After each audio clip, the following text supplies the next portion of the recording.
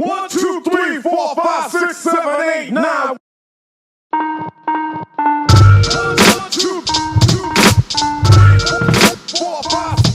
Okay, so hello everyone. I am Yolanda, and this is your favorite therapist podcast. Here at YFTFT, we bring in your favorite therapist to have conversation around being a therapist and navigating. Okay, so I keep wanting to say session. I'm so routine to say session, right? But last episode, we were kind of talking about our trauma and the history of trauma in the Black community and all the things. But let's kind of transition now into how our trauma kind of impacts how we show up as therapists specifically. So if you want to, it definitely can show up, right? In the therapy word is counter transference, isn't it? Yeah. Mm-hmm. Transference is when the client has it on you. Anyway, so yeah, I ain't gonna hold you. I always get this. I remember when I had to take the test, it's like, okay, this one is counter transference and this is transference, but we all know what the fuck we talking about. But yeah, so like officially it can show up as counter transference. Mm-hmm. How I practice, so primarily, like I was saying, there's not a lot of Black male counselors, so a lot of Black men seek that out, and you kind of you end up getting a lot of Black male clients, mm-hmm. right, as a Black man therapist, and so I believe in self-disclosure. And I think that's how, not necessarily my trauma shows up, but that's how, my experiences show up, right? And sometimes it may be like trauma, but I feel like as Black men, we work better, or not work better, but we're more willing to do the work if we see an example of it, and if we can relate to it. Mm-hmm. So I'm very big on, and I tell them all the time, like, listen, I self-disclose. I'm like, but I'm not self-disclosing to talk about me. I'm self-disclosing if I feel like it pushes the therapeutic process. For the people who might be watching, that might be new to therapy and, these therapy terms, share a little bit about what you mean with self-disclosing. Self-disclosure means talking about some of the shit that I went through. Period. Right? Mm-hmm. So, like, if I have a client that was like, yeah, man, because my mom... Well, or I had my dad wasn't there, and my mother was married, and my stepfather was abusive. I'm like, man, I could definitely understand that because I experienced the same thing, and this is how I dealt with it. You know what I mean? And you don't have to necessarily go that route, but this is some things that we can explore to help us process and manage this. And the beauty of self-disclosure is, I think that's when they really start listening, especially for those new clients that you're trying to build rapport with. Mm-hmm. I think when I self-disclose, it's like they sit up. Like, yeah. What? It humanizes you. Yeah. they sit up and be like, wait, what? Mm-hmm. What? Like, I hate all of these ethics in our field. Yeah. Because it can be so restrictive in terms of how we help our community. I was speaking to one of my mentors, and he said, it's your response. Well, he said our. Right, but then when he made it personal, because I'm always like, because the ethics says this, and the ethics. This is when I was kind of new to the field. He was like, it's our, and then he shifted to. He was like, he said, it's your responsibility to heal our community. So you gonna keep some ethics in the way of healing that ass your folks. And I swear to God, like, my perspective on therapy shifted in that moment. I feel like I honestly showed up as a better therapist after having that conversation, because the mission has always been to heal, but it was to heal within these restrictions, right? It was to heal within these ethics. But once you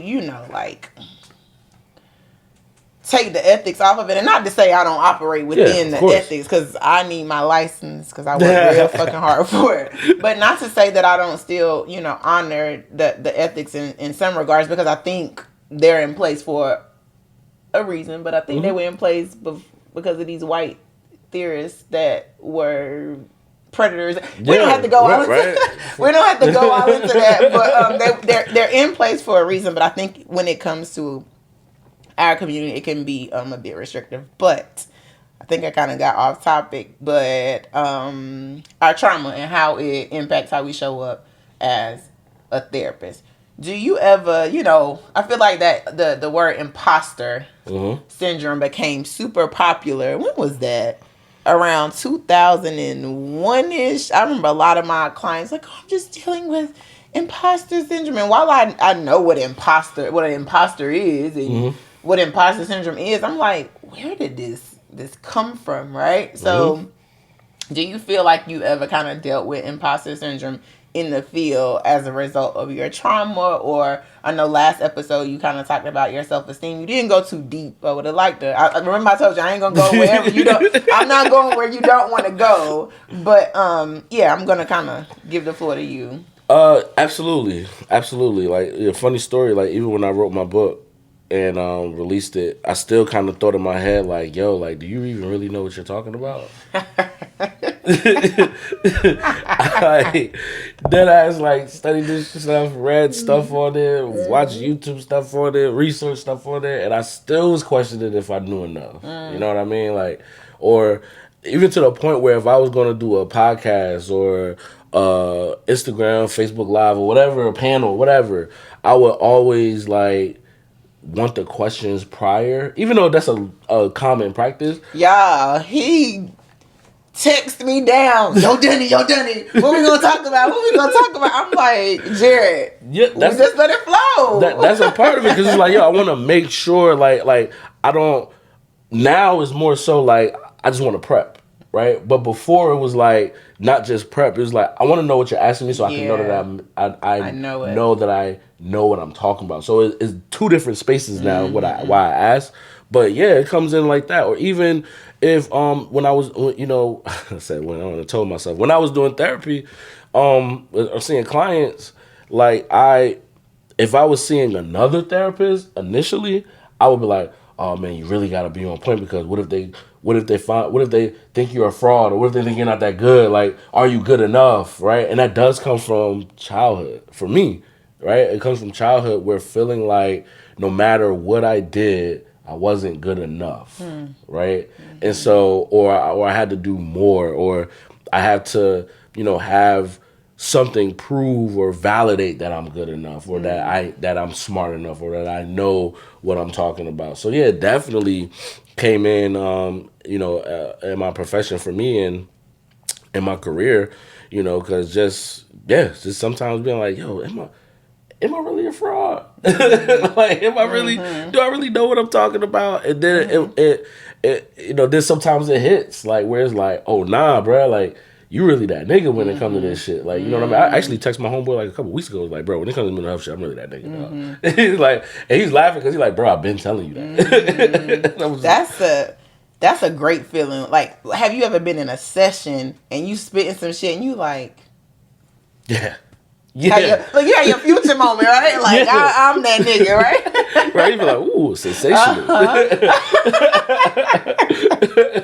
Nah, like, yeah, I've had moments where, and those moments energize me. Yes. They energize me. Like, I've had moments where I'm dead ass in a session, and I'm like, I'll say some shit, and like on some mic drop shit, or they have an aha moment, and I'm just like, bro, where the fuck that came from? Or that's even passion. That you that feel ain't me? Nothing but passion. That you feel me? Like, and I'm like, damn, where that came from? Almost to the point where it's like, bro, jot that down. You need to do that for yourself. I'll say it. I swear to God. I'll say it. I have this one client that'll be like, that's a thread.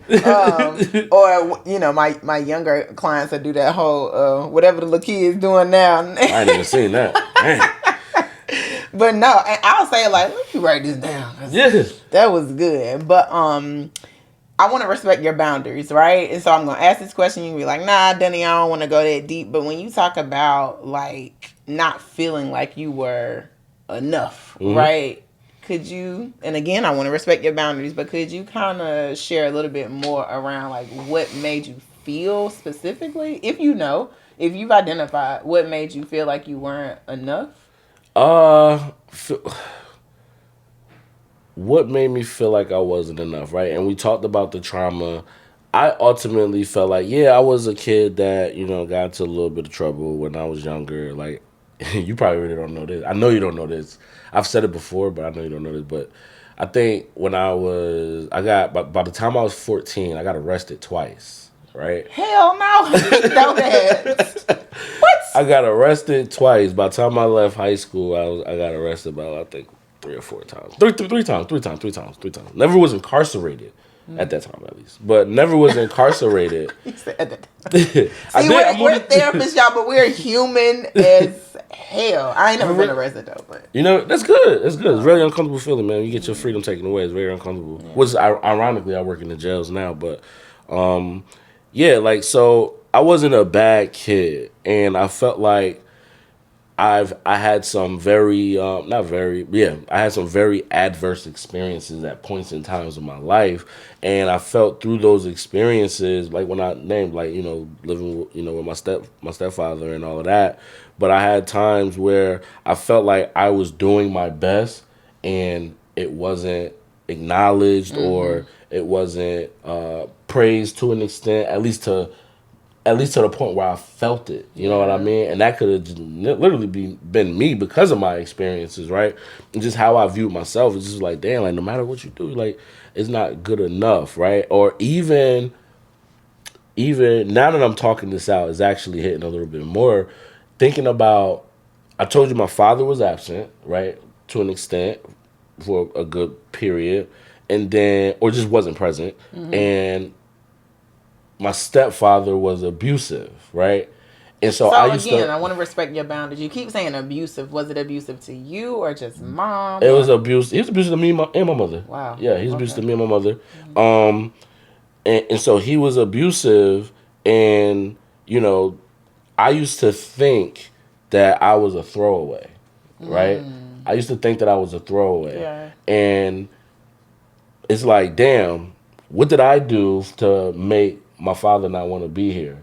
What did I do to make my stepfather not even just respect me or whatever, right? Not respect me, not treat me like or whatever, like a child, or I'm not his, but like make me with feel love like and kindness, love and kindness. It's like I felt like a throwaway, and I felt like I said, like, okay, I wasn't a bad kid for the most part, but I still was getting that. Like, I still was getting those experiences, and it just was like, damn, well, ultimately at your core, you're not good enough. You know what I mean? To receive that love from, you know, a positive male figure that has been in your life. And I had uncles, right? I had uncles who were, you know, there, but, you know, they had their own family and yada, yada, yada, yada, yada. But, and they were there for, you know, don't get me wrong, I'm not taking anything away from them because they was there, and they you know, tried to fill in that role to an extent, but it's like, it's still not, and again, not taking anything away from them, but it's still like, damn, well, this the nigga that fucking assisted in creating me, and he doesn't want me. You know what I mean? Or that's how I felt, at least. So that's where that not good enough comes from, because it even crept into other areas of my life as well. So yeah. I'm gonna shift a bit because I had a session a couple days ago, and it was a young lady that was actually going through just that. It was like my bio dad, and then my stepdad, and then the men that I'm dating. Everybody leaves, right? Like, we're gonna transition into the clinical space. Just curious, right? How would you guide or provide feedback to a client who has experienced just that? Like, you have all of these people who have volunteered, honestly, to be in this role, but don't carry out the duties of that role. Like, how would you assist a client with healing from that? The first thing is I would start working with them on recognizing their worth and knowing their worth, regardless of how people treat you. You know what I mean? Like, I have this. Let's see if you got some paper around here. You ain't got no paper. It's all right, but I will always, like, when I'm in session, when I'm working on stuff like that, I would have like a piece of paper, and I would say, imagine this is a $100 bill, and I would just roll it up, right? And then I'm like, imagine I had this $100 bill. I threw it on the ground. I stepped on it. I rolled over it with my chair. I'm like, but I pick it up and I open it back up. I'm like, what is it? It's still a $100 bill. You know what I mean? Regardless of how I treated this bill, this $100 bill, it never lost its value. It never lost its worth. So regardless of how that a person that's struggling with that, regardless of how your father or your mother or how anybody treated you, whether they stayed, whether they left, your worth and your value does not change. You know what I mean? And so getting them to understand that, but also getting them in a space where where they validate themselves and don't look for like outside sources, or not needing. I'm not gonna say don't look, but not needing outside sources to validate their worth. Yes. I'm so, like, I tell clients that all the time, but then I'm so conflicted, and I'll give the analogy that I use, but want to go back to how I think that was a great approach. While I use, that's the avenue that I take sometimes to kind of depend on the client. For me, I think what has worked for me, and this is what I kind of teach my clients, is a lot of times it doesn't even have anything to do with you. You're right. Right. I got like maybe like 5 or 6 clients like, when stuff going on, I just have you in my head, Yolanda. Like, this shit ain't got nothing to do with me. It's not always about me.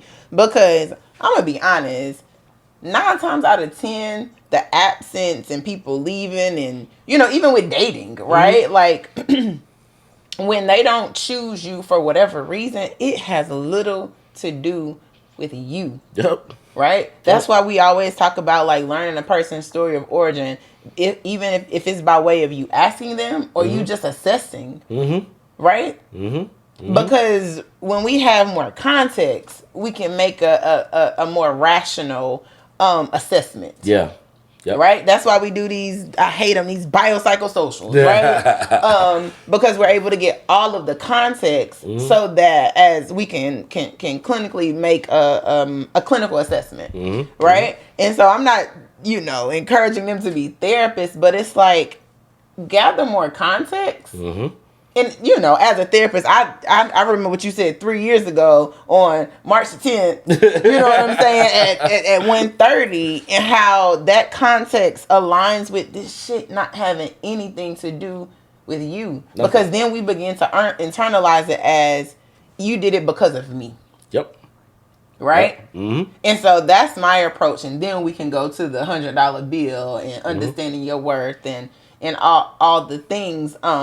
But absolutely, I do feel like if we don't receive that affirming growing up, it can definitely impact how we show up with these hundreds of, we probably have worked with thousands of clients at this point, as long as we've been in the field, these thousands of clients, and understanding or of feeling like we have what it takes to heal them. I'm the analogy queen when it comes to therapy, and we can talk this. We can talk this clinical shit. Like, I can talk all of that shit, but nobody want to hear that shit, right? Nobody wants to feel like we're in a doctor's office. And so, when we're talking about affirming and how important it is and how much of a role it plays in our mindset and how we feel about ourselves, I use the analogy of when a baby starts walking. Right? I want to hear that. So, all the tree you got. But Nah, that ass. Beautiful family though. But when a baby, think about when your baby started walking, right? How did y'all respond? That first step. Oh my God. Oh my God. You took your first step. Yeah, and they start looking around like, what? And so now they're excited. So what do?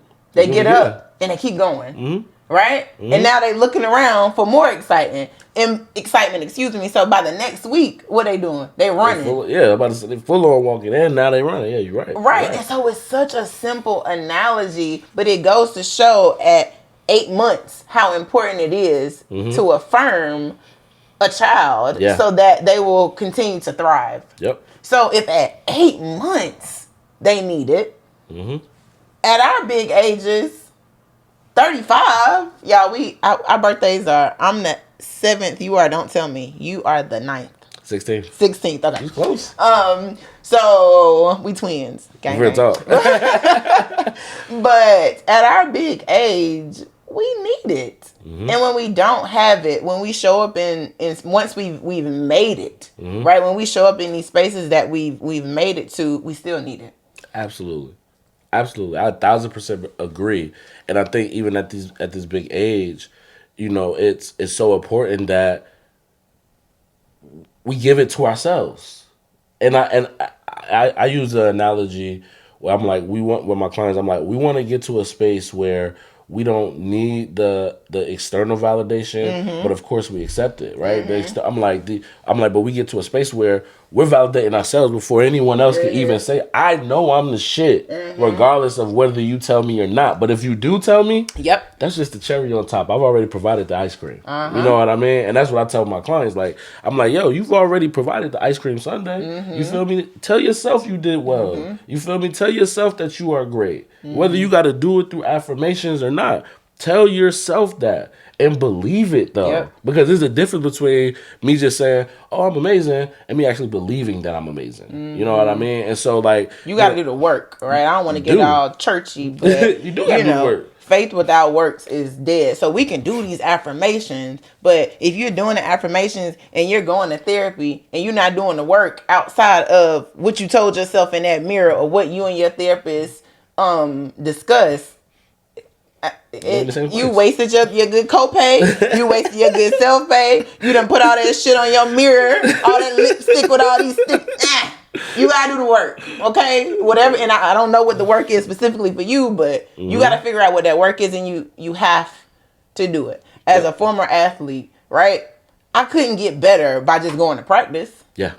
Yep. There's off season. There's just so much that you still have to do to be great when it's time to show up to perform. Exactly. I use a lot of analogies too, right? Especially. We getting paid for analogies. Real talk. We need an analogy degree. You ever had a client that say, you tell them like, hey, well, you know, we can, you know, explore this or do this and implement that, and them like, yo, I tried, but it's just so hard and yada yada. I'm like, yo, you can't wait till. I'm like, does LeBron James wait to the game to take that last minute shot? I'm like, he takes a 1,000 shots before he does that last minute shot or that last second shot. Why we gotta use LeBron? Why we can't use Kobe? Oh, hey, that's my man right there. Why we can't use that's Kobe? my man's right. So Kobe, perfect. Actually, Kobe would be even a better example, right? And always better. Period. He's a better example because Kobe Bryant is the epitome of discipline and working hard and showing up every day, right? That's why I think, not saying that LeBron don't show up every day, but you know, just pure work ethic. So anyway, but Kobe did not wait till the game to perform that shot. He practiced. He worked in the off season. He works during the time. He prepared for the moment, right? So if my moment is when Joe Blow at work, if my moment is when Joe Blow criticized my work, right? If that's the moment, then I'll use my affirmations or whatever I'm working on to practice for when that moment comes. And it doesn't, and we don't necessarily got to know exactly what that moment looks like in sports. But what we do know is that there's going to be a time where I'm going to be triggered by X, Y, and Z. This is what I do. And I practice it. I prepare for it so that when that time comes, it's just muscle memory at this point. Correct. And what it is what they don't see in the session. Why are we talking about clients? We're talking about ourselves.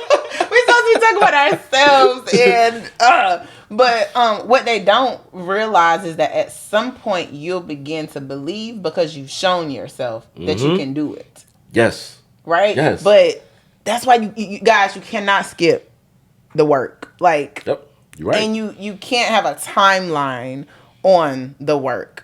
Yep. Again, I've been in therapy all going on 8, 10, something like that. And baby, I ain't stopping. I got a long ways to go. But once you show yourself that you can do it, it's like, oh, but you have to show yourself that you can do it. So, yes. So let's kind of get back to, we're not supposed to be here therapists right now. We're just supposed to be human, right? But, yeah, I'll speak for me. So Jared is an LPC. I'm an LCSW. And so while our programs are somewhat the same, they're a little bit different. And so I obviously I don't know what your program looks like, but I know for our program, we're taught more how to be. There's an emphasis on case management, right? And when it comes to the mental health, you learn it by way of your practicum and these jobs and all of the things. And so I had an amazing mentor. She's still my. I don't even want to call her a mentor anymore. She's a friend at this point. But I was trained by LPC. Oh, okay. And so I got a lot of what a lot of LCSWs didn't get. I can call her right now, like Victoria, but she'll go through the DSM with me and all the things. And so I'm saying all this to say, when I initially came into the field, I know what I know. Yeah. Right? I know what I know, and man, that's all I know.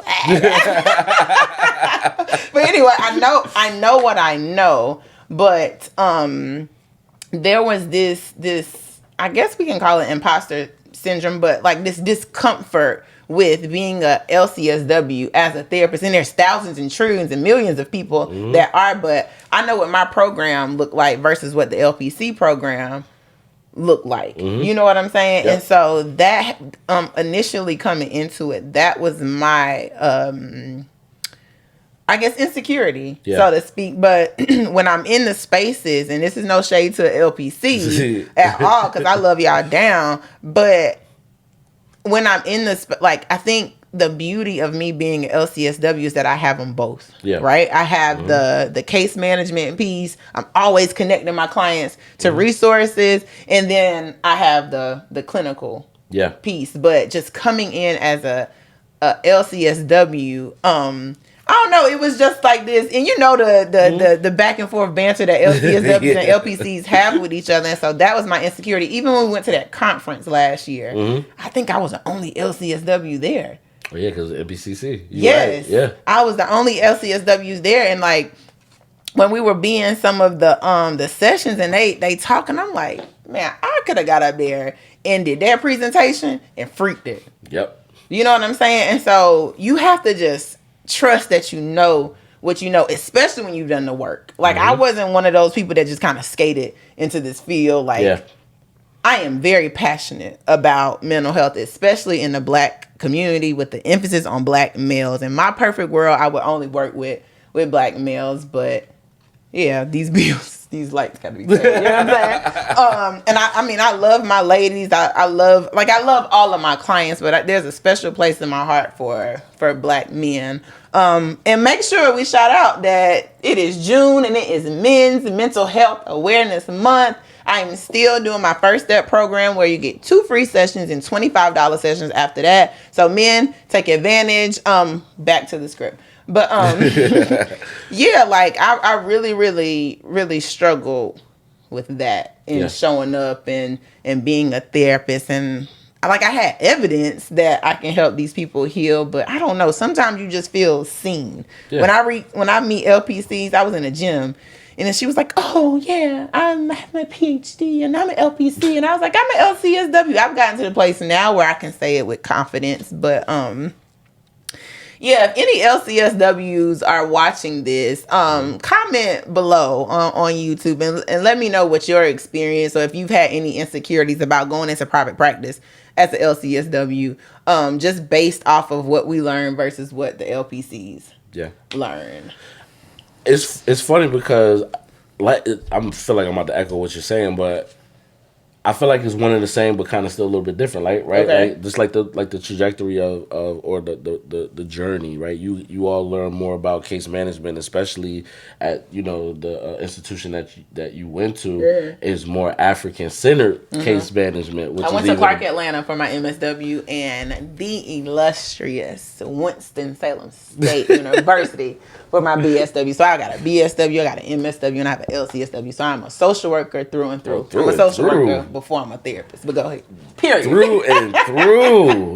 Through and through. I didn't know you had the BSW too. Absolutely. I love this social work shit, baby. I love it. The irony is I feel like during that time, I feel like I should have done social work because I wanted to do more macro level work than micro level. Meaning more like community based, high. I don't want to say high power, but high level type work where the micro is like the private practice 1-on-1. Yeah. But yeah, I feel like it's the LCSW, LPC, one and the same. You guys just focus more so on case management, and our route is just therapy, right? But see, the thing is, what I like about social work or the LCSW is that y'all can do both. Y'all are trained to an extent to do both, right? Where we're just don't air quote it to an extent. Nah, we trained to do both, money. Yeah, y'all trained to do both. But I think it also depends on like the route. Cause like one of my best friends, he's a teacher, but he has a master's in social work. You know what I mean? And now he's an LSW in Pennsylvania. We had to do like the clinical stuff, yada yada yada. But he chose a different route to do, but it still applies, right? Whereas counseling is therapy, and I feel like theories. Yeah, theories, and I feel like I felt and still feel like I'm just much more bigger than that. I'm you can't like box me in with that, right? And so. I feel like I've done a little bit of all of it as well, and and I've been in a space where I'm like, yo, how can I connect the micro level work with the macro level work, and that's where the private practice comes in. That's where the book comes in. That's where the speaking and doing conferences come in. Tell about your book. This episode you haven't shared your book. So the name of the book is called Heal or Repeat: Breaking the Cycle of Intergenerational Trauma, and it's basically about how trauma in the Black community specifically has been passed down from one generation to the next, stemming from chattel slavery. So talk about that, ways to heal from that, or begin the healing process of that, and just make our community better. Like that's what I'm all about. Yeah. You know what I mean? So yeah, I'm doing the micro level and the macro level work, just trying to, hit it on all cylinders. You know what I mean? And like I said, I just feel like, that box of just, oh, I can only do therapy. What? I was in the master's program for therapy, and the whole time I'm saying, like, bro, I'm not doing therapy. I'm not doing therapy when I get out of here. So, I just need the degree so I could just do the work that I want to do in my community. Yeah, I think a lot of us get into therapy and we see, like, we identify other needs, right? So, I'm a therapist and I'm a personal trainer, and so. Sometimes I'm sending my clients workouts. That's dope. That's super dope. You know what I mean? Sometimes I'm like, get up right now. Get up out that damn seat. Come on. Let's. Yeah. But it's all therapeutic. Right? And we don't got to get all deep on the mind and the endorphins and the body. And like, we don't have to get, but it's all therapy. All therapy. But it's not until you take that risk, right? Work past that imposter syndrome that we work so much, like we deal with so much, and see that, no, I know what I know, and I know what this client needs, so it's my responsibility to heal them, like my mentor said. So even he's LCSW and she does doula, and she's a doula. Super dope. I mean? Yeah, like so like you could do so much more. I feel like you could do more with the LCSW, but but there's still opportunities or ways that you can expand and be bigger than just a counselor as an LPC too. You know what I mean? But I think the path was just laid out for y'all. Let me ask you this: have you ever been in a session? I don't know why this is so funny. You ever been in a session, Jared, and they say some shit, and you like, how in the complete hell am I gonna help this client? Absolutely. So fucking absolutely. Yeah. Well, I'm like a lost words, but I'll name that shit. I'll name it. Yes. I'll name it. I'll be like they'll say some shit and be like, yeah, so like, what you think? I'm like, you know what? I might have to think about that for a little bit. I'm like, because I'm kind of speechless right now. I'm like, or I might not say speechless, but I'm like, it's just something I got to sit with. I got to process, and I'll be able to come back in the next session and give you some more stuff. Because I may have to go research some shit. You know what I mean? I may have to go research. I really thoroughly may have to like sit with it in my mind and see, all right, what makes the most sense with research, with whatever, or consulting with another, another therapist. Yes. You know what I mean? Yes, and we do consult with other therapists. We maintain confidentiality, Yes, I was gonna say that. Yep. In this field, like, we gotta lean on each other, because you are. If y'all look at that, I don't even have the DSM here. If y'all look at that DSM, it's so thick, it's impossible for us to know every diagnosis. It's just impossible. It is. Right? Where was I going with this? We were talking about being in front of a client, and I was gonna go into, and I think this episode, like, our therapist might appreciate it a little bit more, right? Because when you think about these insurance companies, right? I want y'all clients that's watching to know we love y'all down, but they don't pay us nothing. Hell no. To work with y'all. And I'm saying that because based off of what you just said, like, a client will share something and you like, hey, I got to do a little bit more research, right? Our work goes so far past that 55-minute session that we do. Yeah. Right? There are CEUs. There's time that we have to spend reading a book. Yep. Right? There's time that we have to spend consulting, and that's how this work has to be hard work. It has to be work that you truly care about, because for that one client that week, we may have put in 10 hours to answer that one question that you ask. And these insurance companies, I'm gonna be honest, y'all don't know the what it looks like behind us pressing that pay button on Simple Practice, or you paying your $10 or $30 copay. Sometimes they only giving us $77 to talk to y'all. Real talk. And that's including your copay. Exactly. So if they paying us $70 and your copay is $40, we made a good $30. But we spend 10 hours trying to figure out how to, solve that issue. So when we say we love this, we truly, truly do love this work. But yeah, I know you and I had kind of talked about, like, walking away from the field. Yeah, I've been in that space a lot of times, like, even in the... You have? For real, I'm like, bro, I'm done with this shit. Like, I'm done, Danny. I'm like, but you're like, I'm back. But then I'm done, and I'm taking this route. Bro, like, it's crazy, man. Like, even... First of all, before I got fully licensed, I said, there's no way these motherfuckers is paying me just this, and I got a whole master's out here.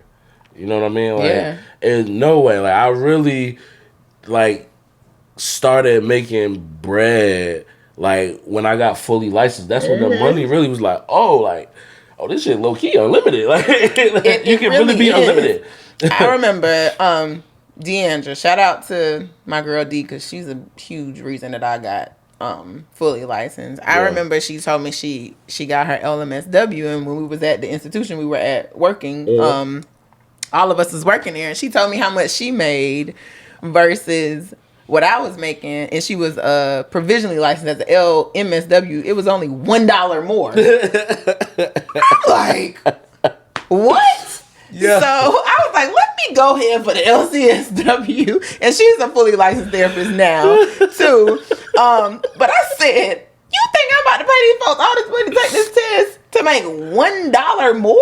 Oh, like, it's wild. That's funny because of the place that we're talking about. That's also why I'm laughing, because they would do some ghetto ass shit. $1, $1 more. Like, you got to be out your rabbit ass mind. Nah, real talk. Like, yeah. But when you get fully licensed, that's when you can make a lot more money. And just to piggyback off of what you're saying, like, this is hard work, right? Like, in the insurance piece, like, we're not complaining about the clients, y'all. We love y'all. Damn. We're complaining about insurance companies. They make it difficult. But there has been many times that I wanted to leave, man, especially when I was provisionally licensed. And even a few times afterwards, like, I'm fully licensed, I'm like, bro, I don't have the capacity to do therapy like that sometimes, right? Like, I think it goes to that, like, compassion fatigue, burnout, right? Because you got to think, right? I'm gonna give y'all an example. Just take your one friend that dumps on you, that gives you the high maintenance friend. Think about that, right? And think about talking to a person like that 6 times for 6 hours a day. You have little breaks in between. So let's say you talk to that person 6 times a day, each time for 50 to 60 minutes, and you do that Monday through Friday. and you gotta. And again, we're not complaining, but just imagine the amount of I don't want to say patience, but just imagine how much that can take out of you. You know what I mean? It can take a lot. Yeah, people say, "Oh, we're just sitting there listening, and we're just sitting there, responding to questions." Ooh, that's hard. My dad get on my nerves. You don't do nothing but sit there and talk to folks. I'm like, okay. Oh, people, I don't even try to defend it. Listen, we have been, of course, trained, and we're still human. We have been trained, and again, this is hard work, but essentially our clients, and they're supposed to, they're paying us so that y'all can trauma dump on us. Yeah. Think about, luckily, I am so good at compartmentalizing. Like, when I get out of therapy, I don't think about it. When I get out of a session, I do not think about it, and I don't talk about it unless I need to. You know what I mean? Again, confidentiality and HIPAA is always taken care of. But, but to get back to wanting to quit, man, there's been multiple times I wanted to quit. And like, even, I got my private practice, and I just made the decision recently where I was just like, yo, I'm doing this full time. I don't have the capacity to continue to do this full time and see clients because it's a lot. And so I had to just take a step back and say, I'm not working for my practice. I'm going to run it and, keep it moving. So I guess you could say that's a quitting, but, maybe some people look at it as quitting, but I look at it as a pivot. So, but yeah. Yeah, and going kind of off of what our topic was, which was how we feel like our traumas has impacted how we show up. I wanted to quit because I felt like I was going through some of my clients were going through at the time, and emotionally I didn't have to give. That's one for me. And number two, these insurance companies have made me want to walk away because you bust your ass. You see, 23 clients in 1 week. Oh, rejected. You get 10 claims rejected. Yeah. Because you didn't put a modifier on it. That was happening to me too. You know what I'm saying? And it's like, sure, you can get a biller, and I have a biller now, but that also costs. That costs money. But how am I going to pay for the bill if you're not paying me? And so I think this is a topic that we could talk about for hours and hours, exactly. Right? But this work has to be hard work, because you could find yourself in a totally different field, doing something totally that's just not even your purpose. If you don't stay locked in and remind yourself of who you are, why you came into it, and it's your responsibility to heal these folks. So any therapist that's watching, don't give up. If you need to reach out to me, if you need to reach out to Jared, we don't mind having conversation around you so that we can find that spark. And sometimes it may be time for you to transition out of doing one-on-one therapy, right? I love helping, clinicians and even my clients come up with more creative ways to operate in your purpose. Absolutely. Right? I think I got about 3 more years behind the chair. That 3 more, if that. Right? I ain't got no more than me. Yeah, Jared told me yesterday, like, I think I'm done. But we'll never leave the mental health field. But please feel free to reach out to me. All of our contact information will be at the end of the YouTube, and it'll be connected to the description and all the things. But I always appreciate our conversations. Me, you, and Avery. Avery was on the inaugural. Let's say the word inaugural. Inaugural. He was on the inaugural podcast, but I think I gave Avery his flowers on that podcast, but I have to give you your flowers. I don't know if you remember, it was me, you, and Avery, and y'all was like, Dunny, it's time. Yeah. It's time. Like, you've done all the things. You've worked in every single field. And so while Avery played a huge part in me going into private practice, you did too. That's right? So I owe you all the flowers. You have talked me off the edge a million trillion times. Your check-ins, like, they never go unnoticed, and they come right on time. Like, hey, Dunny, I ain't really seen you posting, or I kind of been noticing your pattern of posts. Like, are you good? This man stay like an hour away, and he's like, if you never ever, when I was shoveling the snow that day, you was like, why you out there shoveling the snow? Like, I'll come. And so my support system, my homeboys are like they're amazing. So I do appreciate anytime I call you, it's like, what's up? What you need? How can I assist? Where you like you always like show up. So I appreciate that. Like you said last episode, about what you admire about yourself. That was what I was gonna say I admired about you too. Like if plan A don't work, you got a plan B, you got a plan C, and you do it with, from what I see, with such confidence. I don't know what it looks like, at home or in your own time, but you do it with such confidence, and you never complain. Nah, just work. You never complain. I remember when we was in DC, and I'm like, I got this going on and got that going on. You kept redirecting me. Like, you want to go out, Denny? You want to go get a drink? Like, let's go do it. But I always appreciate our conversations. I'm sure you'll be back. I want to get me, you, and Avery together to kind of have a conversation. Avery's so fake busy, but he's so popping. But again, thank you so much. As always, guys, thank you for watching. I'm still new to this, so what they say, like, share, subscribe, ring the bell, do the bell, all of that, right? Just watch it, right? And I hope you got something from this. Again, this is Men's Mental Health Awareness Month. Our contact information will be at the end of the episode and in the description. But if you don't want to work, well, I guess me, because he ain't seeing no more clients. But there's always Psychology Today. What is it? Therapy for Black men, therapy for Black girls. There is, what is that discounted one? I can't think of it. Mental Heal. Counseling Brothers of Atlanta. There's so many directories. Y'all can reach out to me personally. And if if it's not you working with me, I can get you connected with someone. And again, I have the First Step program, 2 sessions for free. Y'all, therapy is free. 2 sessions for free and $25 after. Thank you for coming, Jared. No problem. Thank you for coming. Glad to be here. Absolutely. See you guys next time.